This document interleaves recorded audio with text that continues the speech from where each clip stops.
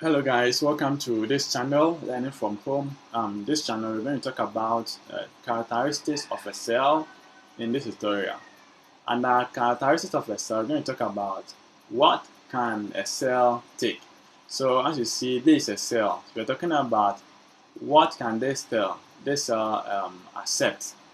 The first one is a text, second is decimal, and the third one is, so this is my third one. Third one is what? The integers.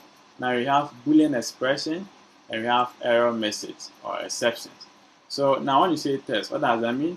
Test the combination of the combination of letters and the keyboard. So we can just write in cell reference. You see now it is accepting. So as you can see, it has accepted cell reference. Now decimals, that is a, so let's type in 7.4. Okay, so 7.42 accepted. Now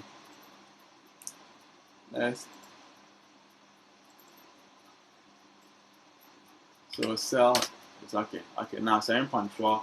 Now integers are positive and negative whole numbers.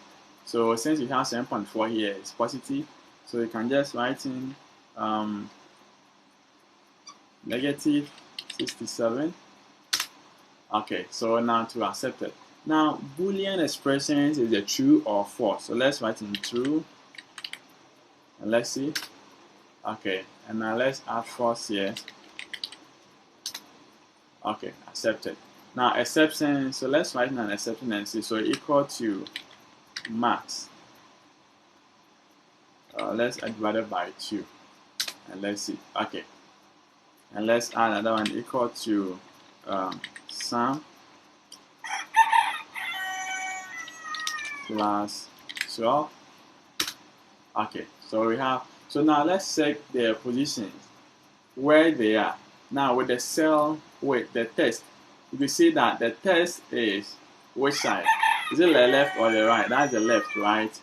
Good. Now with the integers, that's the number, the numerals is on the right. As you can see, the decimal is on the right, integer is on the right. Now Boolean, check, is in the middle.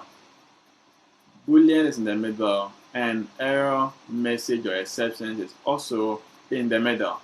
So that is the characteristics of a cell. And these are what cell can take when working with a cell in MS Office, MS Excel, sorry. So that is it to know, and we move on to the next one. Okay, so that is it for today, and thank you for watching. I'll see you in the next video.